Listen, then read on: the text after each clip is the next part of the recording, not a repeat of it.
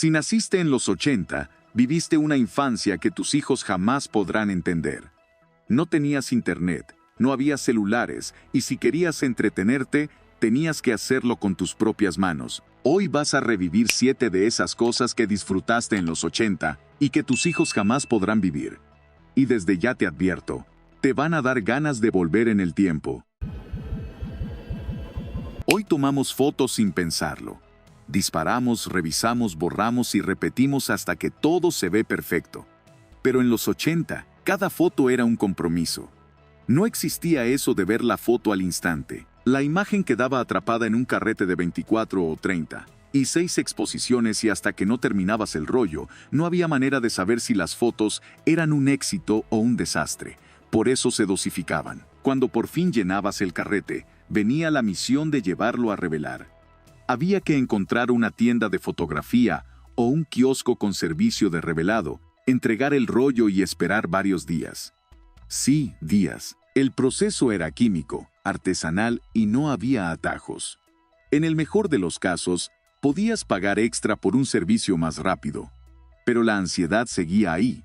Hasta que no abrías el sobre con las copias impresas, no sabías si habías capturado un recuerdo perfecto o un desastre irreparable. Y claro, muchas veces pasaba lo segundo.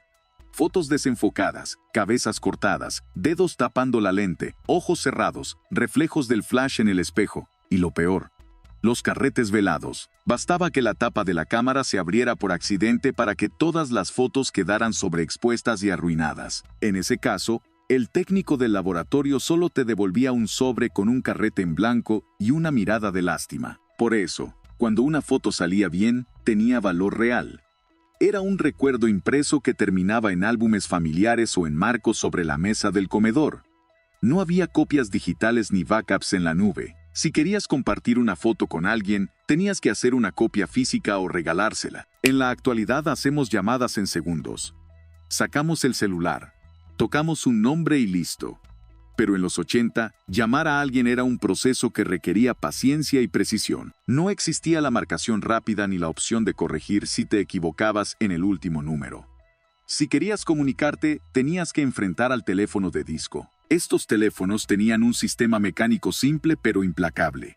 Cada número estaba en un dial circular con agujeros. Para marcar, metías el dedo en el número deseado y girabas la rueda hasta el tope. Luego la soltabas y esperabas a que regresara a su posición.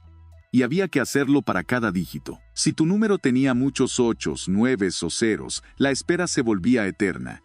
Pero lo peor era equivocarse. No había botón de borrar, así que si errabas en el último dígito, no quedaba otra que colgar y empezar de nuevo. Llamar a un número largo era casi un acto de fe. Y eso no era todo. Las llamadas eran fijas, literalmente. Como el teléfono estaba conectado a la pared por un cable, la conversación se desarrollaba siempre en el mismo lugar. Si querías privacidad, la única opción era estirar el cable hasta otro cuarto o meterte en el pasillo, esperando que nadie pasara y te escuchara. Hoy, los celulares han hecho que todo sea instantáneo, pero también han matado parte de esa magia.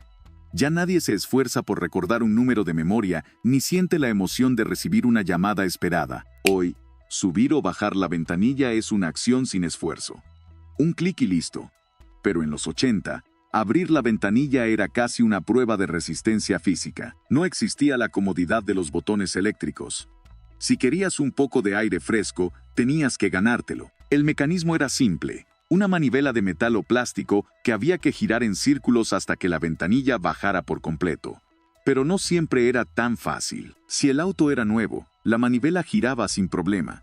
Pero si tenía sus años encima, bajar la ventanilla podía convertirse en una lucha cuerpo a cuerpo con el mecanismo. Los niños, por supuesto, encontraban en esto una oportunidad para competir. En los viajes largos, mientras los adultos hablaban adelante, los hermanos en el asiento trasero se entretenían en carreras de quién bajaba y subía la ventanilla más rápido. Ganar significaba orgullo. Perder significaba seguir girando hasta que te doliera el brazo. Pero había momentos en los que la manivela se convertía en un enemigo. En verano, cuando el auto pasaba horas bajo el sol, el metal de la manivela se calentaba tanto que tocarlo era una experiencia dolorosa. Había que buscar un trapo o usar la camiseta para no quemarse los dedos. Escuchar música es fácil, ¿no te parece? Sacas el celular, abres Spotify o YouTube, y en segundos tienes cualquier canción que quieras, en el orden que prefieras y con calidad perfecta. Pero en los 80, escuchar música no era tan sencillo. Había que hacer todo un ritual. El radiocasete era el rey. Un aparato grande y pesado que combinaba radio y reproductor de casetes en uno solo. Si querías música, tenías dos opciones: esperar a que pasara en la radio o usar un casete. Si optabas por la radio, tenías que tener paciencia. No existía un buscador ni listas de reproducción. Solo podías girar la perilla e intentar encontrar la estación correcta en medio de un mar de estática. Y cuando finalmente sonaba tu canción favorita, tenías que esperar que el locutor no hablara encima del intro.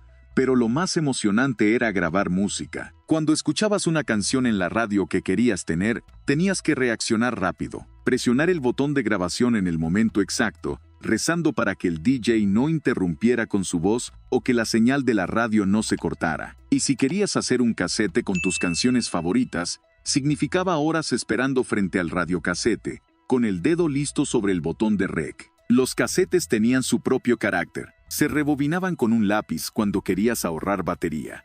Se enredaban dentro del aparato sin previo aviso y, si eso pasaba, había que sacarlos con cuidado y enrollar la cinta a mano, rezando para que no se hubiera roto. Los más obsesivos organizaban sus casetes en estuches, con las canciones escritas a mano en la carátula. No existía el modo aleatorio. Si querías escuchar una canción específica, tenías que avanzar y retroceder manualmente, adivinando cuándo empezar a escuchar. Llevar música a otro lugar también era complicado. No existían playlists portátiles. Si ibas a una reunión con amigos, tenías que elegir bien qué casetes llevar porque eran voluminosos y no podías cargar muchos. Y si el casete se gastaba o sonaba mal, no quedaba más remedio que reemplazarlo o resignarse al sonido distorsionado. En los 80, si querías ver una película en casa, tenías dos opciones: esperar a que la pasaran en la tele o tenerla en VHS. Pero no era tan fácil como entrar a Netflix y hacer clic en reproducir. Tener una película significaba que alguien la había grabado o comprado, y en ambos casos, las cintas VHS ocupaban espacio y requerían paciencia. Grabar un programa de televisión era toda una estrategia. No existía el on demand, así que si sabías que iban a pasar tu serie o película favorita, tenías que estar preparado. Primero, asegurarte de que la cinta tuviera espacio suficiente. Si ya estaba grabada, había que decidir si valía la pena borrar su contenido anterior o si mejor buscabas otra. Luego, venía el momento crítico: programar la videograbadora. Algunas eran más avanzadas y permitían programar la grabación con anticipación, pero la mayoría requería que alguien estuviera presente para presionar REC en el momento exacto. Y si te olvidabas o te retrasabas, te perdías el inicio. No faltaban los desastres. Si alguien cambiaba de canal en medio de la grabación, arruinaba todo. Más de un niño sufrió cuando su madre, sin darse cuenta, ponía otra cosa y destruía un capítulo de su serie favorita. Y si el casete se terminaba antes de que acabara la película, mala suerte. El final se perdía para siempre. Los VHS también tenían su propio mantenimiento. Rebobinar era obligatorio. Si alguien no devolvía la cinta al inicio después de verla, el siguiente en usarla tenía que esperar varios minutos viendo cómo la cinta retrocedía. Las videotiendas incluso ponían etiquetas que decían: por favor, rebobine antes de devolver. Pero el VHS tenía su encanto. La calidad no era perfecta. Las cintas podían desgastarse con el tiempo y, si no las cuidabas bien, terminaban llenas de rayas o con el audio distorsionado. Aún así, cada cinta era un tesoro. Las casas se llenaban de estanterías con películas grabadas de la televisión, etiquetadas con letra apurada en el lomo. Algunas cintas tenían más de una película en ellas, con anotaciones como «Volver al futuro», «No borrar», pero siempre existía el riesgo de que alguien ignorara la advertencia y grabara encima por error. En los 80, el Walkman era la única manera de escuchar música en movimiento, y aunque hoy parezca un aparato rudimentario, en su momento fue una auténtica revolución. Cuando Sony lanzó el primer Walkman en 1979, el concepto era casi futurista: poder escuchar tu música favorita sin depender de una radio o un radiocasete grande y pesado. La idea de tener un aparato portátil que funcionara con pilas y permitiera moverte libremente mientras escuchabas casetes, cambió por completo la manera en que la gente vivía la música. Tener un Walkman en los 80 era símbolo de estatus. No todos podían permitirse uno, y quien lo tenía, lo llevaba orgulloso. Se convirtió en el mejor amigo de estudiantes en el autobús, corredores en el parque y adolescentes que simplemente querían aislarse del mundo con su música. Pero usar un Walkman no era tan sencillo como darle play y ya. Primero necesitabas casetes, lo que significaba que tenías que elegir bien qué música querías escuchar. No existía el lujo de cambiar de canción con un toque. Así que si llevabas un casete de rock y de repente te apetecía algo más tranquilo, no te quedaba otra que sacar el casete, meter otro y esperar a que cargara. Los audífonos eran otro tema. Eran pequeños, con diademas delgadas de metal y esponjas naranjas que, con el tiempo, se desgastaban hasta quedar en pedazos. Además, la calidad del sonido dependía de la marca del Walkman y de qué tan gastado estuviera el casete. Si la cinta estaba vieja, la música sonaba distorsionada o se escuchaba como si el cantante estuviera atrapado en un túnel. Rebobinar también era un proceso manual. Si querías escuchar una canción otra vez, no había botón de repetir.